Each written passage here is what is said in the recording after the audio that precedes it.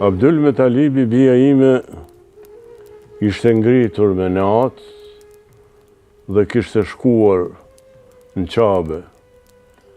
Ishte dita e pare javës, ishte hënë. Dhe javë për javë aty mbashin e mbledhjet e Paris, ku bisedoj për halët, për problemet e qytetit.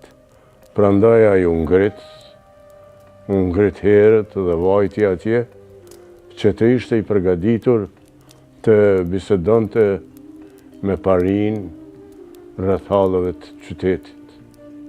Ndërkohë kishte lindur Eminia Muhamedin. Dhe shërbëtorja saj vajti me njëherë për të dhënë lajmin e gëzuar të shtëpia e Abdul Metalibit, por nuk e gjeti aty. I thanë se ishte në Qabe. Ajo vajti në Qabe dhe hyni në mesin e Paris dhe u afrua te Abdul Metalibi. Dhe ja thanë vesh lajmin e gëzuar. Qera e Abdul Metalibit u kfjell. Ai u gëzua shumë. U ngrit dhe me njerë shkoj në shtëpinë e Abdullahut. Dhe atje po rejnë e ti, Eminin, se si ende i në përdhom me foshtin ndërduar dhe u habet. Se kur kishte lindur, pse ishte ngritur reja e ti, e bia Abdullahit ta shpejt. E mori foshtin ndërduar dhe ngriti lartë dhe e vurin pas. Mandej ju drejtua Eminës. A e sheo Emine, i tha, se si na ka ndihmuar Zoti. Njëherë na dëshproi se na mori Abdullahun dhe ne u piklum. Po pastaj ty të fali këtë djalë, si drita që e pas ke emëruar Muhammed. A e shes sa i bukur është. A e shes se sa i ngjan të atit, Abdullahut.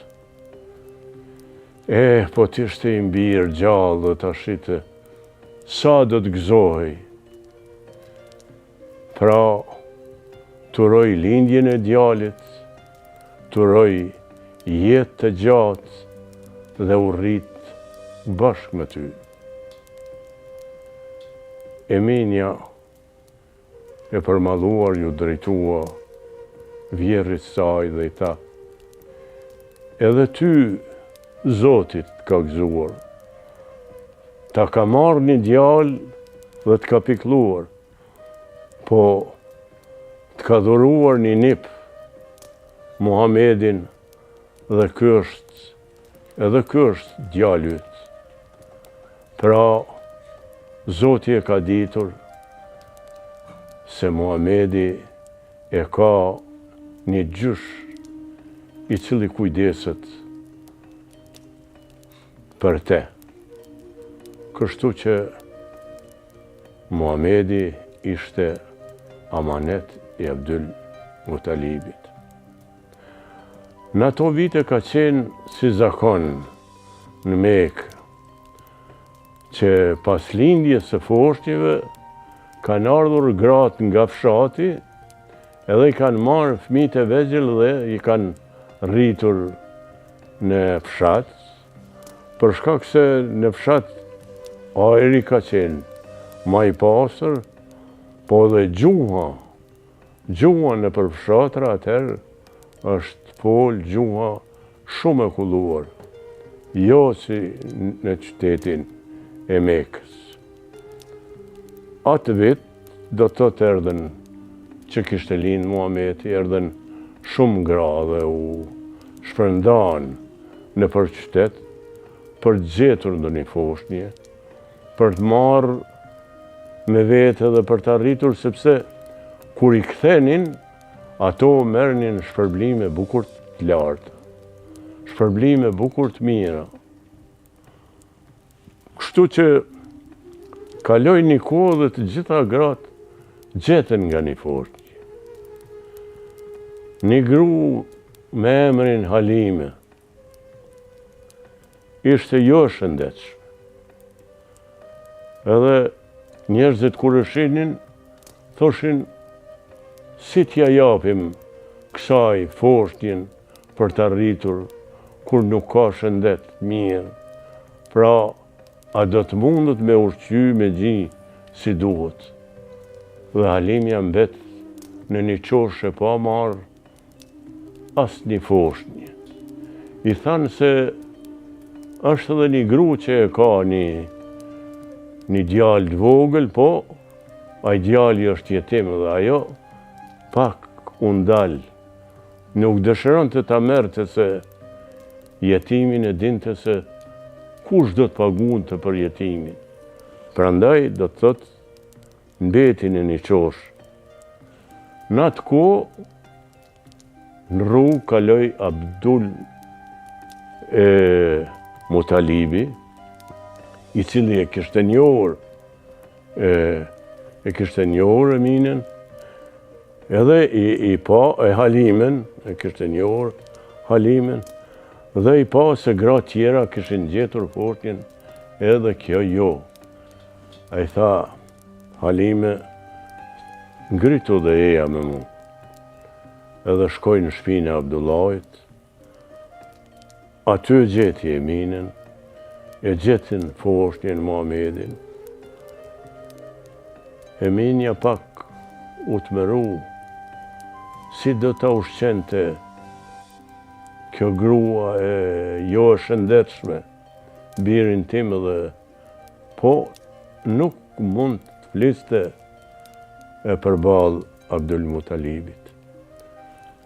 Dhe ja lshoi fornjën ndërduar Halimes. Fornja qau. Halimja për ta qetësuar e nxori gjinin dhe ja dha.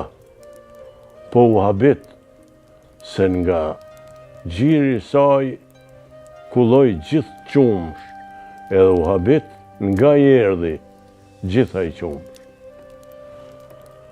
Abdul Mutalibi i tha Halimes, Halime, i vogli është jetim, ritma, dhe kur të arrin që të ecë, të di, të mësoj gjuhën e kulluar të fshatit, unë do t'jap një shpërblim të madh. Po kujdes, e janë ndonjëherë këtu në Mekë se Eminja mërzitet pa të voglin e saj. Kështu, Halimja u gëzua, e mori Muhamedin e vogël dhe u nis të shkoj të shoqët e veta, të cilat ishin bërë gati të ktheshin në fisin e tyne Benu Said në fshat. Atje do të thot ishte klima e mirë, ishte ajri i pastër. Edhe kjo shpresonte se i premtoi, do të kujdesej për Muhamedin ma shumë se për bijtë e saj. Kjo ishte një pjesë e foshnjërisë së Muhamedit. Po ne ditën tjetër në mramje do të vazhdojmë përsëri si ka jetuar Muhamedi i vogël në fshatin e Halimes, në fisin Benu Said.